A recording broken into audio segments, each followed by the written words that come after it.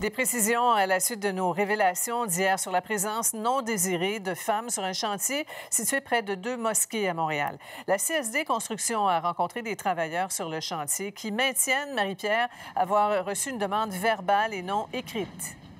Oui, contrairement à ce qu'alléguait l'entrepreneur hier, il semble qu'il n'y aurait pas eu de demande écrite en ce sens prévue dans le contrat.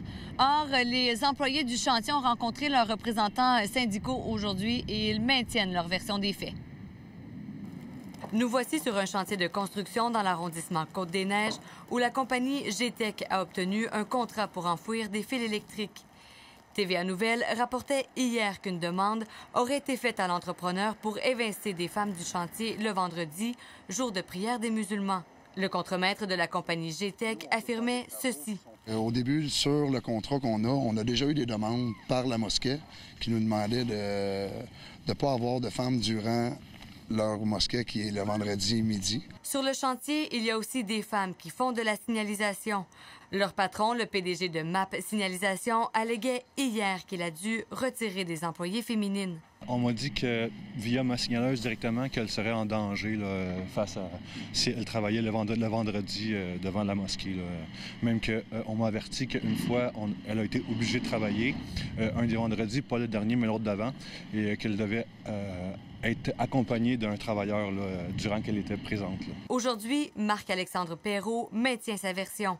Jean-Sébastien Sanson, le contremaître de GTEC, n'a pas souhaité émettre de commentaires additionnels. S'il n'y a pas eu de demande écrite, le président de la CSD Construction, Daniel Laterreur, confirme que ses membres maintiennent avoir reçu des demandes verbales en ce sens. Vous prétendez qu'on vous a dit pas de femmes, pas de bruit pour la durée de la prière, c'est ça? Exactement, exactement. Ça, c'est ce qui a été corroboré par les travailleurs qui étaient présents sur le chantier selon nous. L'histoire suscite de vives réactions dans l'industrie de la construction. Que la demande vienne de qui que ce soit, un chantier de construction, c'est un chantier de construction, que ce soit un homme, une femme ou une personne de n'importe quel genre, a le droit de travailler là. Les dirigeants de la mosquée Ali-Beit, visés par des allégations de discrimination à l'égard des femmes, ont mandaté un avocat pour rectifier ce qu'ils qualifient de mensonge. Avez-vous contacté l'entrepreneur en question pour voir de quelles preuves il fait allusion, notamment? Pas encore. J'étais vraiment occupé avec les médias toute la journée. Mais c'est dans Pas encore, ce ne serait pas la première chose à faire? Mais je n'étais pas capable de contacter qui, parce qu'il y avait un contractant et un sous-contractant. La Commission de la construction du Québec poursuit son enquête.